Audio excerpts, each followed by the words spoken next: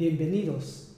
Esto es Quebec Mexique, un espacio audiovisual para descubrir el encuentro entre dos culturas, México y Quebec.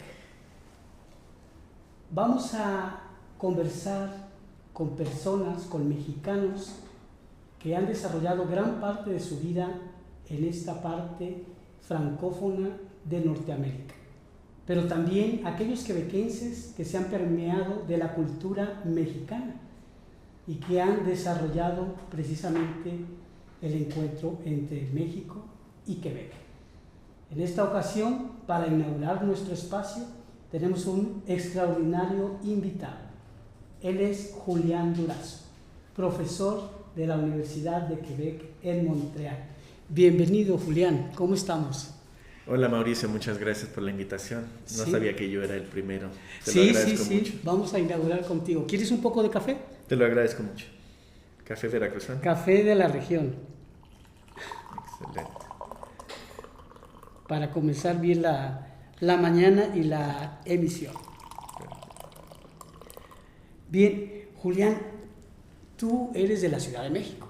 Así es. ¿Y cómo es que te vas a vivir a Quebec? ¿Cómo es que descubres este lugar de Norteamérica? Es una historia que tiene que ver con mis estudios. Yo hice mi licenciatura en Relaciones Internacionales en México y me interesé por las relaciones internacionales de los estados no soberanos. Y ahí Quebec apareció rápidamente en el radar. Y cuando decidí hacer mi doctorado, estaba yo casado y mi esposa de entonces, ella hablaba mejor francés que inglés, yo hablaba mejor inglés que francés, y la ciudad de Montreal rápidamente se convirtió en el destino ideal porque era el lugar, uno de los pocos lugares de este mundo donde uno puede estudiar al mismo tiempo en inglés y en francés, porque hay 4 universidades distintas y uno puede escoger el idioma en el que estudia. Ah, muy bien. ¿Y tú te vas entonces como estudiante? Así es. Yo me fui en el 2000 con una beca de estudiante a hacer mi doctorado en la Universidad de McGill. Sí. ¿Fue tu primera vez de llegar a Montreal, Quebec, o ya habías visitado antes? Había estado de niño, pero de muy niño, de 6 años, y tenía recuerdos muy vagos. Recordaba yo las escaleras de la calle Saint-Hubert, por ejemplo. Bien. Esas escaleras que salen de las casas y llegan a las calles. Pero en realidad fue como la primera vez. Ah, bien. ¿Y en qué año fue esto? En el 2000. En el 2000. ¿Cuáles fueron tus primeras impresiones de esta cultura francófona? La primera de todas fue el acento. Yo pensaba hablar francés, había estudiado muchos años en la Alianza Francesa, luego en el IFAL, y llegué a Quebec y no entendía lo que la gente decía. Pero era una cuestión de acento, es un acento muy particular, distinto del francés, pero una vez que uno se acostumbra, se le entiende, se desarrolla, es un acento rico, es un acento con muchos sonidos, también es un lenguaje que retuvo muchos elementos de un francés del siglo XVIII, que desaparecieron de Francia, pero que se siguen diciendo en Quebec. Podríamos pensar que es un acento antiguo. En alguna medida sí. Tiene también muchos anglicismos, muchos elementos que vienen del inglés que rodea a la cultura. Finalmente los quebecuas se perciben a sí mismos como una isla francófona en una América del Norte anglófona. Olvidan siempre México, pero han absorbido mucho de esta cultura norteamericana. Sí. Tu ex esposa, que comentas que hablaba mejor el francés que el inglés, ¿también lo percibió de esta forma? Un poco menos fuerte, porque ella había vivido en Francia. Y entonces estaba acostumbrada a muchos acentos, muchos niveles de lenguaje, y sí percibió el acento quebecois, pero no tuvo dificultades para entenderlo. Sí, podríamos pensar que este acento es un poco como el español, que también tiene diferentes acentos, pero por ejemplo el español que se habla en Alvarado, Veracruz, o en Cuba, en algunas regiones que es muy cerrado, o en Chile. Sí, yo diría que ese es un buen ejemplo, que uno podría pensar en que el francés europeo es paralelo al español europeo, y que el francés americano es paralelo al español americano. Sí. Esa es una buena, muy bien. un buen paralelo. Sí. Ahora, cuéntanos un poco, ¿qué se sabe de las migraciones, de la inmigración mexicana en esta región? ¿Cuáles se podría pensar que fueron los inicios de esta migración? No se sabe muy bien. De la información que yo tengo, empieza a principios del siglo XX y empieza con una forma de intercambio. Quebec es una provincia católica y en esa época, a principios del siglo XX, las órdenes religiosas, sobre todo femeninas, eran muy importantes y tenían escuelas y tenían contacto con las escuelas católicas de toda América Latina, incluyendo México. Bien.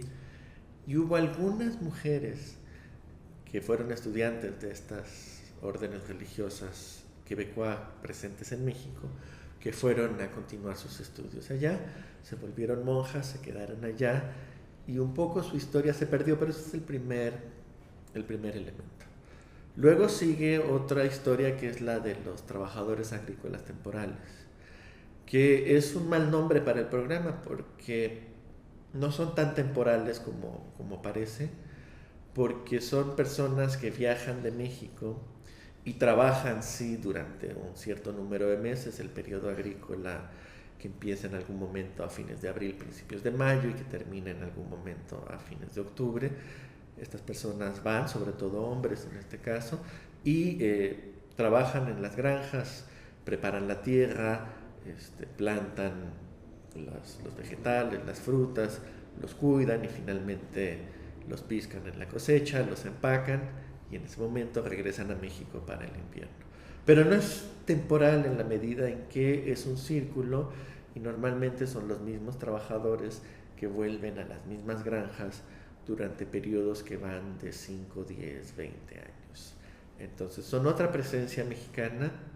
Algunos de ellos se han quedado en Montreal. Son los que abrieron, por ejemplo, los primeros restaurantes mexicanos. Bien. En los mercados, vendiendo tamales, vendiendo tortas y se han establecido también. Sí, y también por el número de horas que trabajan. Sí. Porque, bueno, el normal son 8 horas, pero se tiene entendido que ellos trabajan mucho más horas todos los días. Entonces, por ese número de horas también podríamos pensar que la temporalidad con la que se nombran, pues es muy relativa. Exactamente, porque el trabajo agrícola no tiene horario, ni en México ni en Canadá. Sí, ese es un aspecto, una historia que iremos desarrollando aquí en este programa, porque es muy, muy interesante cómo este encuentro entre Canadá y México, entre Quebec y México, pues tiene algunos aspectos que habría que cuestionarnos nosotros como mexicanos o los mexicanos que están allá en Quebec, de lo que están nutriéndose, en este caso frutas y legumbres, ¿no? Definitivamente. Y si me permites, te Sí, voy a claro. contar una anécdota, por favor, que me sucedió a mí, que puede alimentar esta curiosidad y la de nuestros escuchas. En algún momento, como profesor mexicano en Quebec, el Consulado de México en Montreal me contactó para que hiciera una presentación en la feria mexicana de Saint-Rémy. Saint-Rémy es el pueblito en el que convergen todas estas granjas donde trabajan los trabajadores agrícolas mexicanos. Y todos los meses, a fines de septiembre, todos los años, perdón, a fines de septiembre, tienen una especie de feria que antes era exclusivamente mexicana, ahora se ha diversificado porque hay también trabajadores guatemaltecos, se empieza a ver peruanos, entonces es un poco más grande, pero la mayoría siguen siendo mexicanos. Y el consulado mexicano me invitó para que en el marco de esa feria diera yo una charla, me dijeron, para los trabajadores agrícolas mexicanos. Ese año fue el año en que la Suprema Corte de Justicia canadiense determinó que los trabajadores agrícolas, justamente en estos debates sobre la temporalidad, trabajaban suficientes horas para estar cubiertos por la ley sobre la sindicalización. Entonces era el primer año en que era posible crear sindicatos de trabajadores agrícolas. Sí. ¿Recuerdas en qué año fue? Debe ser el 2010. 2010 aproximadamente. Sí, en el 2010. ese año, entonces a mí me pareció que el tema estaba puesto en bandeja de plata. Extraordinario. Iba yo a hablar sobre los requisitos para formar sindicatos en Quebec para los trabajadores agrícolas mexicanos. Entonces preparé mi presentación y la feria fue muy interesante, es como una feria mexicana, pero en un contexto muy montrealés, con la iglesita con el techo de aluminio y el parquecito enfrente. Y al lado de la iglesia hay un gran corredor, y en ese corredor está la feria, y vendían tamales, y vendían atole, y vendían empanadas. Perdón que te interrumpa. Quiero decir que cuando se menciona muy estilo montrealés la feria, es que allá son extraordinarios, son expertos en realizar fiestas, ¿no? Y festivales, y bueno, lo han desarrollado mucho. ¿Verdad? Adelante, sí. Ese será otro tema. Sí, será otro tema que también. Sí. Llego a la sala de eventos donde iba a hacer mi charla y descubro una división tajante. Hay un pasillo central y hay sillas de ambos lados y está el estrado al fondo. De un lado están sentados puros mexicanos y del otro lado están sentados puros quebecuas. Y de verlos me doy cuenta que son los dueños de las granjas. Claro. Entonces la situación empieza a ponerse tensa porque yo iba a hablar de sindicalismo, en principio para los trabajadores, y nunca había pensado que los dueños de las granjas iban a estar ahí. Pregunto y confirmo y que la charla es en español. Entonces empiezo a hablar y llega en el momento de las preguntas. De los trabajadores mexicanos no hay una sola pregunta. Las preguntas vienen en francés de los dueños de las granjas, que no se sentían a gusto de hablar en español, pero que demostraron con toda claridad que hablaban perfectamente español y que lo entendían suficientemente para desarrollar una conversación sobre sindicalización. Entonces a mí me abrió los ojos de cómo estos dueños de las granjas han aprendido español justamente para poder relacionarse con sus trabajadores. Claro. Y lo usan con dos sentidos. Uno, en el sentido de el diálogo horizontal de gente que trabaja en la misma tierra, pero también en el sentido vertical del patrón que le habla a su empleado. Entonces fue un momento muy difícil para mí. Yo no estaba preparado. Fue un momento de tensión. Pero la reflexión es interesante. Sí, ya lo creo. Bueno, una tensión de ambas partes, ¿no? Claro. Bien, después ya terminas tu doctorado y te conviertes en profesor de la Universidad de Quebec en Montreal. Cuéntanos cómo fue esa integración académica, con los alumnos. Aquí te hablo de una posición de privilegio. Sí. Porque estaba yo hablando de los trabajadores agrícolas temporales y de las muchas horas que trabajan y de las relaciones asimétricas que tienen con sus patrones. Esa no es mi experiencia personal. Claro. Yo hice un doctorado en McGill, que es una de las universidades más prestigiosas de Canadá, y cuando empecé a buscar trabajo, Montreal me gustó mucho y también postulé para un puesto en la Universidad de Quebec en Montreal, que tenía un puesto de política latinoamericana en ese momento, y afortunadamente lo gané. Y lo gané en parte porque tenía yo mi experiencia como latinoamericano, mis publicaciones, pero también en parte por el prestigio que me daba ser un egresado de McGill. Entonces mi posición es muy distinta. También en los años que habían pasado, que ya eran 5 o 6 años, yo ya hablaba bien no solo el francés académico de Francia, sino también el francés coloquial de Quebec. Entonces ya había yo adquirido el acento quebecois, ya sabía yo cuáles eran las palabras más locales, y entonces mi integración fue en realidad muy positiva. Yo nunca tuve una experiencia de discriminación, yo nunca tuve una experiencia de rechazo. Al contrario, tuve una experiencia de una buena recepción, de mucho interés por México. Los quebecois en general, ya lo habíamos visto con los patrones, pero en general los quebecois se interesan mucho por México, vienen mucho a México a pasar sus vacaciones, van a Cancún, van a Puerto Vallarta, Sí. van a Ixtapas y Guatanejo, pero también vienen a hacer mucho trabajo de voluntariado. Entonces aquí sí vienen a Veracruz, van a Oaxaca, van a la Sierra de Puebla y aprenden español. Sí. Y vuelven a Quebec con ganas de entender con más profundidad las cosas que vieron rápidamente en sus estancias, muy contradictorias entre lo que pasaba en Ixtapa y lo que pasaba en la Sierra Norte de Puebla, ¿no? Entonces, ¿qué está pasando en esta región?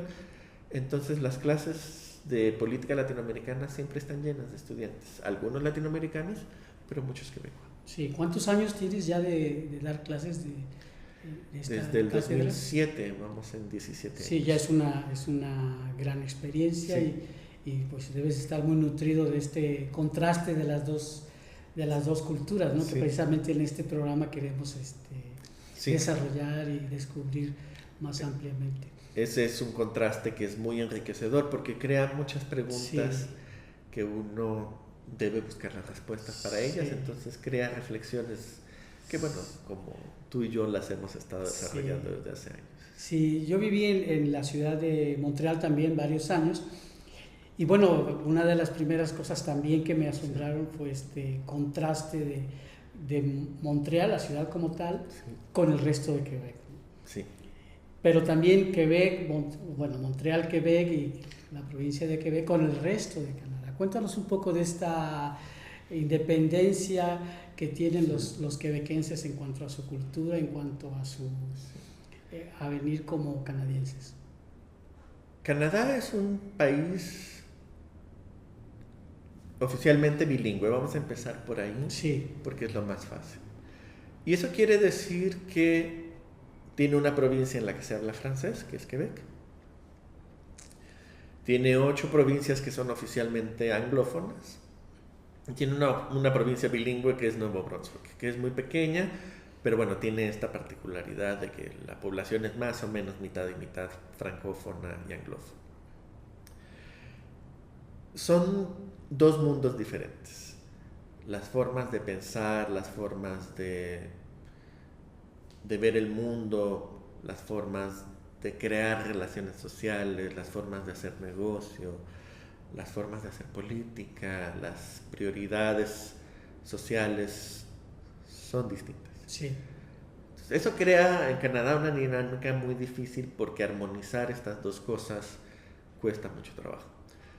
Uno de los filósofos canadienses más conocidos, Charles Taylor, tiene de hecho 2 libros. Uno se llama Las dos soledades, que habla justamente de cómo Canadá anglófono y Quebec no se hablan porque no tienen el mismo idioma, no solo el inglés y el francés, sino sus prioridades sociales, sus valores, sus formas de entender el mundo son distintas. Entonces hay como un diálogo de sordos de dos culturas que están solitarias en esta América sí. del Norte dominada por Estados Unidos. Y el segundo libro es un libro interesante porque se llama Reconciliar las dos soledades. Y ahí el filósofo trata de encontrar los puntos de diálogo y de contacto. Y es como una tentativa de decir, bueno, Canadá es muy difícil como estado, nación, pero tiene futuro. Sí. Y busca las formas de aprovechar justamente esta diversidad y crear un país que sea justamente distinto sí. de Estados Unidos, distinto de Gran Bretaña, distinto de Francia, pero que sea un país en el que valga la pena vivirse. Y yo creo que el lugar en el que mejor se concreta esta idea, este ideal de un país bilingüe, multicultural, en el que realmente vale la pena vivir, es la ciudad de Montreal, porque es el lugar donde mejor coexisten la cultura anglófona, la cultura francófona, donde mejor dialogan, sin decir que sea fácil, pero es el lugar donde más contacto tienen, más intercambio hay. Eso se nota en el francés de la ciudad de Montreal, que tiene muchos más anglicismos que el francés del resto de Quebec, pero también se nota en el inglés de Montreal, que tiene muchos galicismos que no existen en ningún otro inglés, ni en América del Norte, ni en otros lados. Sí, y también podemos encontrar esta combinación, por ejemplo, del frañol, que se llama, ¿no? Sí.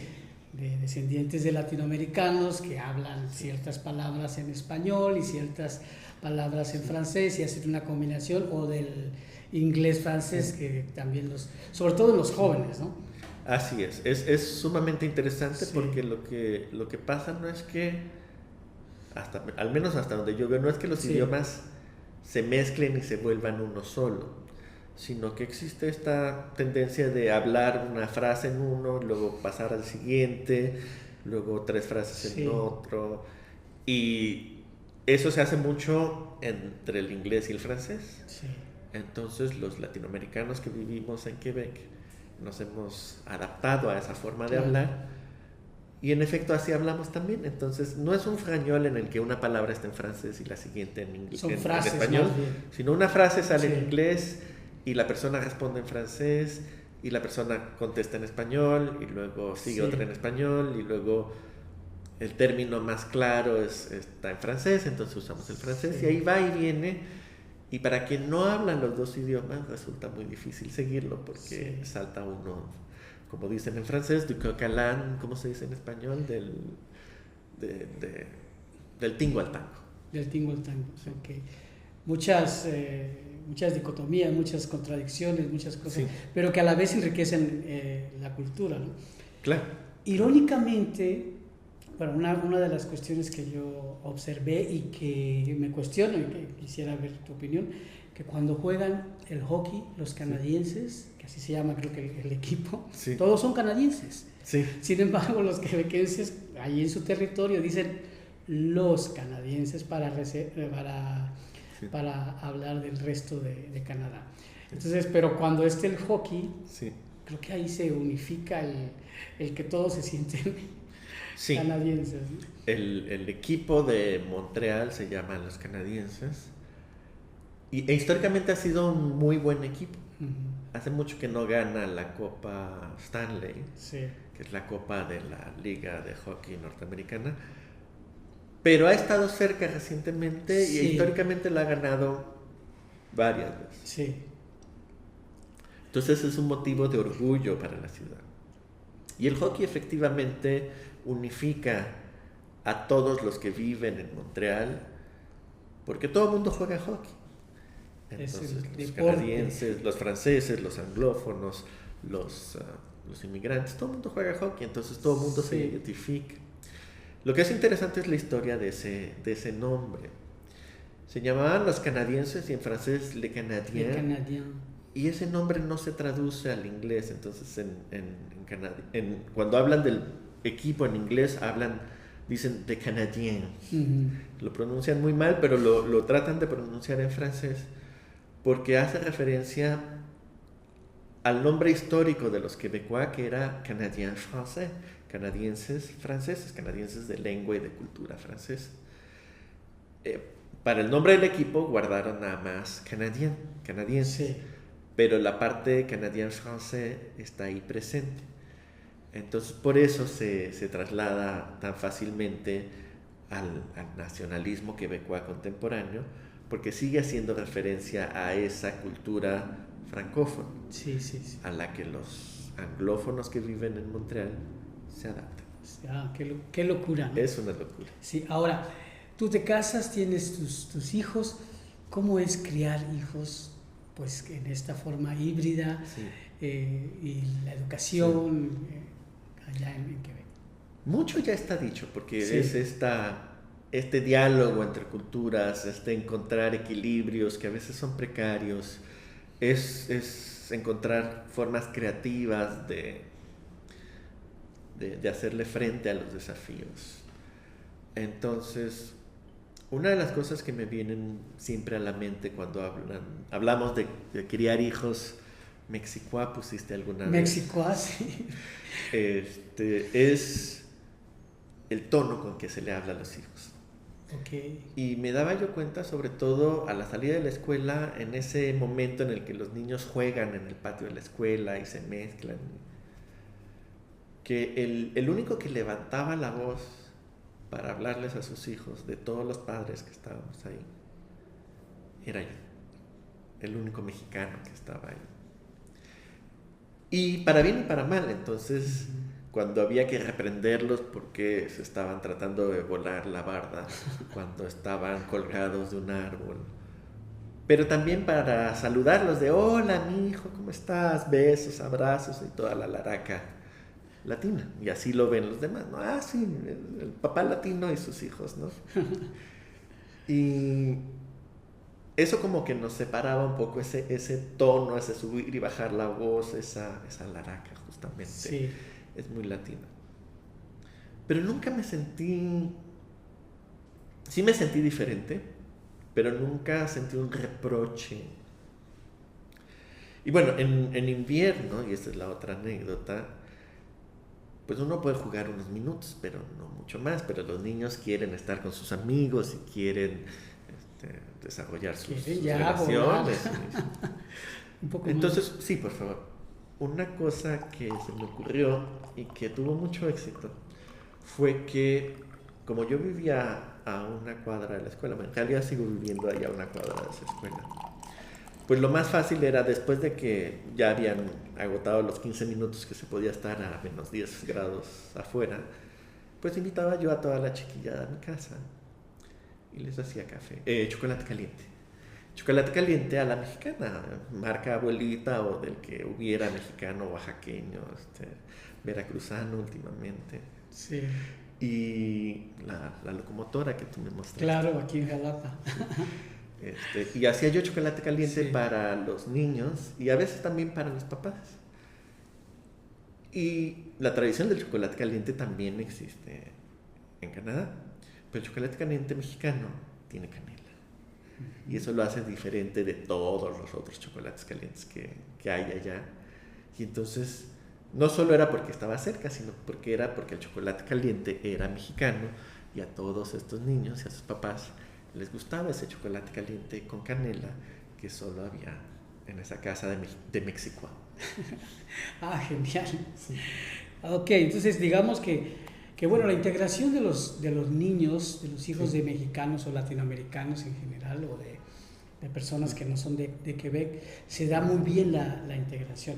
Hay gente que habla de que en Montreal o en Quebec hay una interculturalidad, es que se mezclan más de una forma cultural que, por ejemplo, en Toronto o en Vancouver, que se habla de una multiculturalidad, que sí hay culturas diferentes, pero que no hay esa integración. Que la integración se da más por una necesidad laboral. Si me sirves en el trabajo, excelente.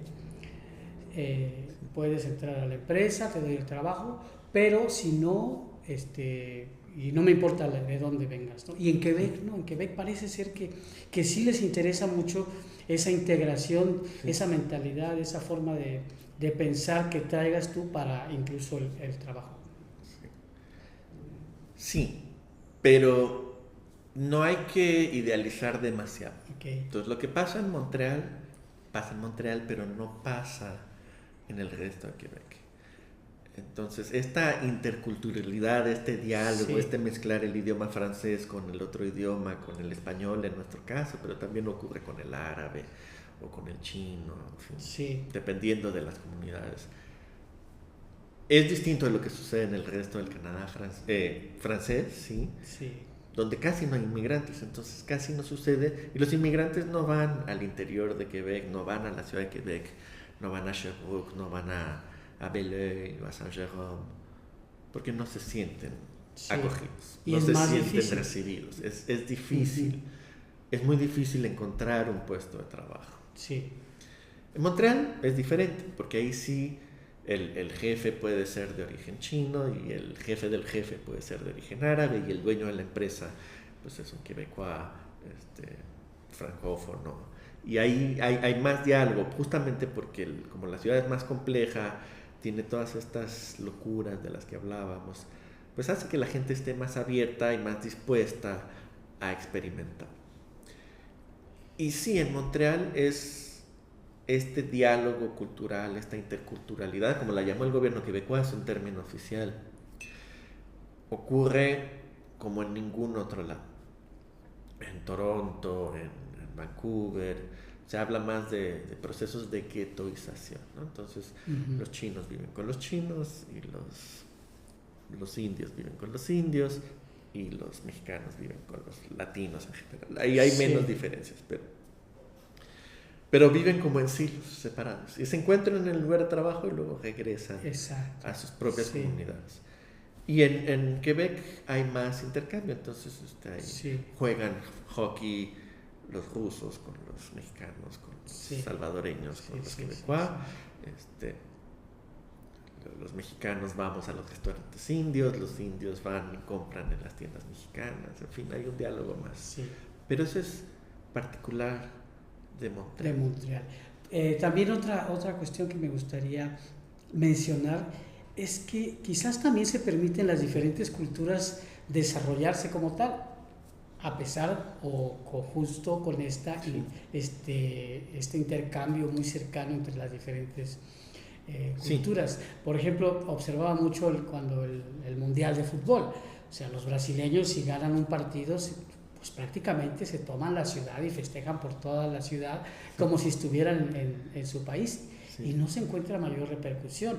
O los mexicanos, o los griegos, o los italianos que ganan algún partido y prácticamente se siente uno en ese país, ¿no? en esa cultura. No sé si esto se desarrolla en otras provincias de Quebec en otras provincias de Canadá con tanta libertad de sentirse con ese... Yo no he vivido en otros lugares de Canadá, entonces no podría responderte tan directamente esa pregunta, pero sí hay... O sea, no es el proceso del... ¿Cómo se llama? Del crisol de culturas del que tanto se enorgullece los Estados Unidos, que llegan de todos lados del mundo y salen todos estadounidenses. No, en Canadá se vuelve uno canadiense porque uno aprende el idioma, porque uno aprende a vivir en el invierno, porque uno aprende a comer poutine, que son estas papas fritas con salsa de carne y queso, pero también uno mantiene su identidad. Entonces, mis hijos crecieron hablando español en esta casa mexicana y hablaron inglés y francés con sus amigos de la escuela, con sus amigos de la calle, pero en casa siempre fue español. Entonces uno mantiene esta como doble identidad, este equilibrio difícil a veces, ¿no? Pero rico. Sí. Julián, después se da un encuentro con Veracruz, recientemente.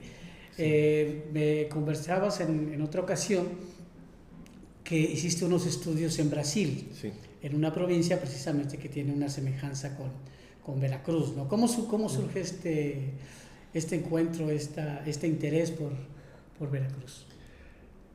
Yo soy de la Ciudad de México, como tú decías, y cuando me fui a Canadá, a Quebec, me interesé yo por estos estados no soberanos, que después les fui cambiando de nombres y ahora hablo de ellos como estados subnacionales, pero en el lenguaje mexicano me intereso por los estados de las federaciones, como Veracruz.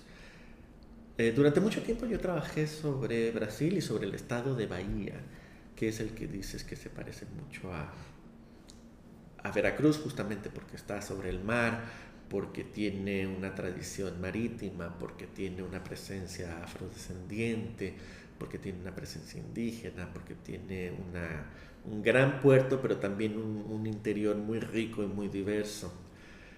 Yo trabajo con el papel de los medios locales de comunicación en la política estatal. Entonces, cuando me puse a pensar que yo debería volver a México y estudiar un estado mexicano, Veracruz rápidamente apareció en el radar por una paradoja. Y es que Veracruz era y sigue siendo el estado mexicano que más medios de comunicación tiene. Hasta la fecha hay muchas ciudades pequeñas de Veracruz, ¿no? Misantla, Córdoba, Acayucan, Poza Rica, que tienen sus propios periódicos. Sí. Cuando vas a Brasil y vas a ciudades de ese mismo tamaño, ninguna tiene un periódico. Y en Misantla hay 3. Entonces, ¿cómo explicas esa gran riqueza del sistema mediático? Estamos hablando de periódicos, pero podemos hablar de estaciones de radio, podemos hablar de blogs, podemos hablar de páginas Facebook donde los periodistas se comunican, podemos hablar de muchísimas cosas. Es un ecosistema mediático muy rico. Pero la paradoja es que en este ecosistema mediático tan rico es donde más violencia contra periodistas ha habido. Entonces, todos recordamos el sexenio de Duarte y sus 19 periodistas asesinados, pero también sabemos que en el sexenio de Cuitláhuac van 10, 12 periodistas desaparecidos y asesinados. Sí. Entonces, hay una violencia y estamos hablando de periodistas asesinados. También ha habido agresiones, amenazas, pintas, bombas, narcomantas, todo lo que uno quiera. Entonces, esa coexistencia difícil entre un universo mediático muy rico y una gran violencia contra esos medios se me hizo muy interesante. Y cuando vine a Veracruz la primera vez, que fue cuando nos reencontramos, que fue en 2019, en el 2019, sí. Ahí descubrí no solo que había esta paradoja, sino que se presenta concretamente de formas muy distintas. Entonces el puerto no es lo mismo que Jalapa, no es lo mismo que Córdoba, Orizaba, no es lo mismo que la Huasteca, no es lo mismo que Coatzacoalcos, Minatitlán, que las dinámicas son muy distintas. Entonces esa serie de desafíos de cómo explicar lo que está pasando en Veracruz a partir de esa paradoja y esa diversidad regional se me hizo un desafío intelectual maravilloso. Sí. Entonces aquí me tienes, yo pasé un año sabático aquí en Veracruz de 2022 a 2023 y ahora estoy acá de regreso para continuar la investigación. Ok, genial. Bueno, aparte de esto que nos mencionas, ¿qué más descubriste ya en este año de investigación y esto dónde se va a publicar o en qué se va a trabajar? Sí. Descubrí que la palabra paradoja es una buena forma de explicar lo que pasa en Veracruz. Obviamente después hay que entrar en los detalles. Sí. Pero Veracruz tiene un sistema de medios que se puede llamar democrático desde una perspectiva. Entonces hay medios que apoyan al gobierno, pero hay medios que critican al gobierno. Hay medios que apoyan al gobierno estatal, pero critican al municipal o viceversa. Hay medios que son medios que pertenecen a comunidades indígenas, como las radios comunitarias. Hay medios que pertenecen a sindicatos o grupos sindicales. Sí. Entonces, el sindicato de maestros tiene varios medios diferentes, de corrientes diferentes. Entonces hay muchas voces. Sí. Entonces el debate público en Veracruz es muy rico por esas voces. Pero si uno lo estudia con profundidad se da cuenta que hay muchas voces, pero no son todas las voces. Entonces, lo primero que apareció en mi radar fue que fuera de las radios comunitarias que se escuchan en sus pueblos y en los valles que los rodean, no hay voces indígenas en los medios veracruzanos. En un municipio de la Huasteca, con población de 90% indígena, tuve una reunión con periodistas. Les pregunté, y bueno, ¿cómo es la cobertura de los pueblos indígenas del municipio? No vamos. Los indígenas son 90% de este municipio, pero los periodistas no los cubren. Que cubren al pueblo mestizo, cubren a los otros pueblos mestizos de la región. Y al gobernante. Y a Jalapa, sí. Uh-huh. Entonces crean una división entre quién habla y quién no habla. Otro caso distinto es el de los movimientos feministas que trataron de crear un medio, Testigo Púrpura se llamaba, sí, que tuvo una duración relativamente corta, pero por falta de patrocinios, por falta de convenios, por falta de capacidad de financiamiento, desapareció. Entonces vemos cómo hay muchas voces, pero no todas las voces. Sí. Y ahí podemos ir buscando otros movimientos sociales que a veces aparecen y no siempre. Voces importantes. Sí. El movimiento LGBT, los movimientos en defensa del territorio, aparecen cuando hay grandes conflictos, pero ellos están trabajando permanentemente, pero uno los ve poco en los medios. Sí. Entonces, desde esa perspectiva, hay un déficit democrático en los medios. Entonces, ¿cómo cómo resolver esa paradoja de un sistema tan rico, tan diverso, con tantas voces, pero al mismo tiempo excluyente, ¿no? Sí. ¿Qué explica eso? Y bueno, obviamente está la historia de Veracruz, está su diversidad regional, las dificultades de acceso. Entonces, una de las razones por las que uno no oye las radios comunitarias es que la orografía de Veracruz hace que las ondas de radio no pasen las montañas. Sí. Entonces, ahora con el internet uno tiene acceso a las radios comunitarias, pero antes ese acceso no existía. Sí. Y es difícil cambiar los hábitos de los escuchas, ¿no? Nadie va a buscar una radio comunitaria de un pueblo indígena en Jalapa porque no está en sus costumbres. Entonces se reproducen estos patrones de desigualdad. Sí, contrastando y no sé, en comparación, por ejemplo, todo lo que descubriste aquí en medios de comunicación, sí, en comparación con Quebec, allá los medios de comunicación pues son otra cosa, ¿no? ¿Qué se podría pensar? Sí, pero yo me cuidaría mucho de decir que son mejores. Sí. Entonces, una de las cosas que definen el sistema mediático quebecois son los conglomerados. Entonces, como en México los hay, pero a nivel nacional. Entonces, Televisa y Televisión Azteca sí tienen sus grandes conglomerados. Y por eso yo no hablaba de televisión cuando descubría al sistema de medios veracruzano, porque la televisión en realidad no viene de Veracruz, viene de fuera.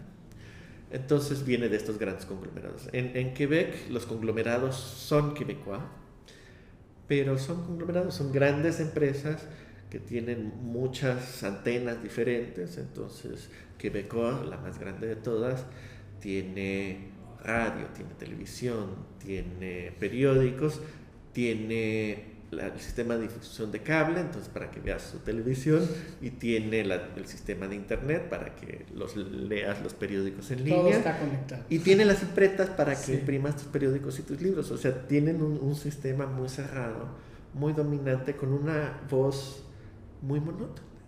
Entonces, hay muchos medios. Y si ves los periódicos, ¿cómo se llaman?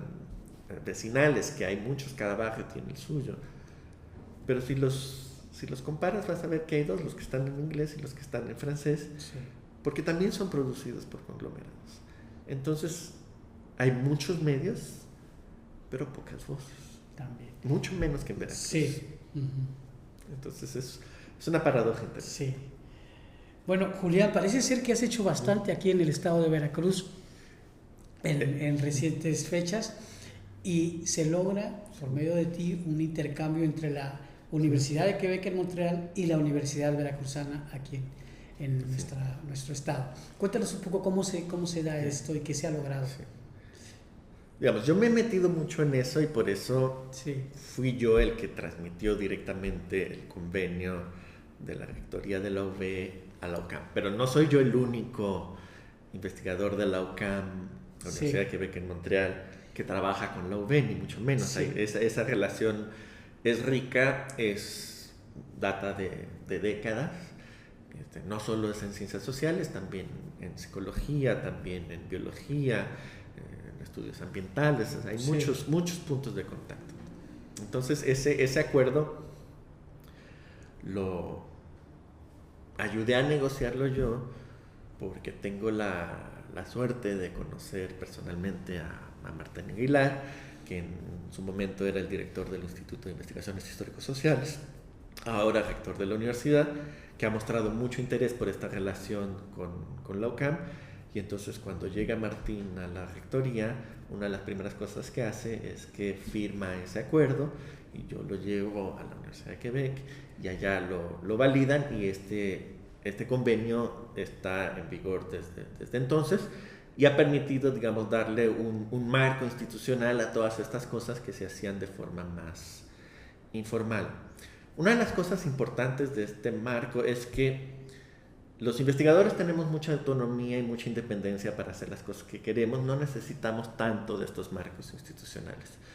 Pero para los estudiantes, y sobre todo los estudiantes de licenciatura que están siguiendo sus sus carreras y que necesitan juntar sus créditos. Para ellos estos marcos son mucho más importantes, y el acuerdo entre la UCAM y la UV sí tiene una dimensión de movilidad estudiantil, en el que se reconocen los cursos que un estudiante, digamos, de la UV hace en la UCAM y le sirven para seguir avanzando en su carrera, al mismo tiempo que tiene una experiencia internacional.